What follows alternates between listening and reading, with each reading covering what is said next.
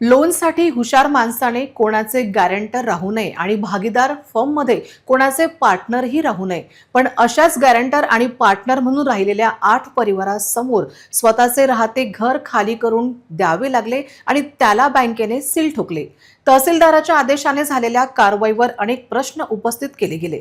मुळात गुंठेवारीतील घरावर कोणाचे लोन होत नाही, पण अकोला येथील तिरुपती इंटरप्राइजेस पार्टनरशिप फर्म आणि त्याचे भागीदार मनोहर बापूराव चव्हाण यांनी अशी काही जादू केली की अकोला अर्बन बँकेकडून 3 कोटींचे लोन काही वर्षापूर्वी घेतले. यासाठी मनोहर चव्हाण याने पार्टनरशिप फर्म स्थापन केली आणि मित्रांच्या शेजारच्या घराचे प्रॉपर्टीचे कागदपत्रे बँकेत गहाण ठेवले. त्या आधारे लोन घेतले गेले, पण ते काही फेडले गेले नाही. पार्टनरशिप फर्म ही केवळ कागदोपत्री होती. सर्व व्यवहार मनोहर चव्हाण पाहत होते. त्यांनी कोट्यवधी रुपये अकोला अर्बन बँकेतून कर्ज घेतले, ते फेडले नाही. त्यामुळे आता पार्टनरशिप फर्ममध्ये इतर भागीदार यांचे घर सील होत आहे. या सर्व कारवाईत काही घरांना सील केले गेले. घरातल्या लहान बाळांपासून सर्वांना पोलीस बंदोबस्त घराबाहेर काढले गेले. ही कारवाई करताना ज्याने हा सर्व उद्योग केला त्या मनोहर बापूराव चव्हाण यांचे घर मात्र या सील कारवाईत सील केले गेले नाही. ज्या भागीदारांना फसविले गेले त्यांचे घर सील केले गेले, त्यांना अक्षरशः घराबाहेर काढले गेले. लहान उमरीत हा प्रकार समोर आला. मुख्य तहसीलदार तथा कार्यकारी दंडाधिकारी यांनी मलकापूरच्या सुधाकर डांगेकर, वनिता राणे, गजानन राणे, रजनी नहाटे व विवेक नहाटे, गोपाल शर्मा, राजेश धांडे, संतोष कवले, मारुती टिचकुले यांच्यापैकी काहींचे घर काल सील केले. आज लहान उमरी भागात सीलची कारवाई करताना मनोहर चव्हाण यांचे घर सोडून इतर घरांचे सील कारवाईत सुरू असताना भेदभाव उघडकीस आला. त्यामुळे कोणाच्या लोनसाठी गॅरंटी देत असाल तर तुम्ही गॅरंटर म्हणून फसवले जाणार नाही याची खात्री करा.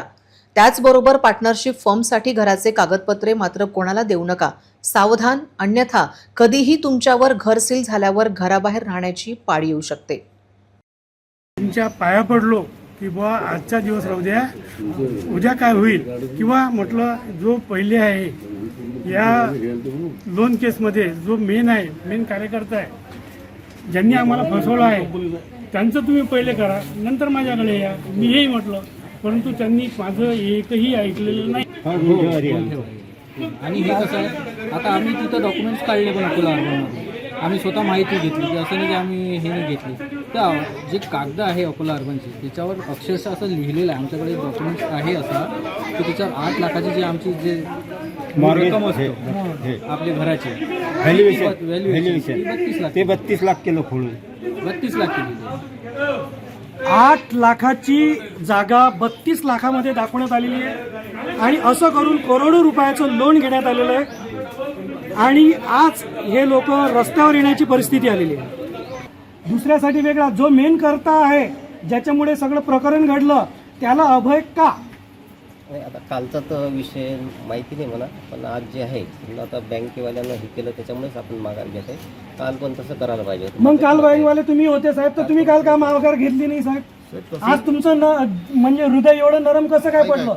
मी काय सांगतोय, हे जे तुम्ही जर काय ऑर्डर वाचाल तर ह्याच्यामध्ये ऑर्डर होणार असते कोणाची, डिस्ट्रिक्ट कलेक्टर ती जे पॉवर देतात तहसीलदारांना, तहसीलदारांचा हे कॉल असतो, आम्हाला हे सजेशन घेऊन हँडओव्हर करतात चावी.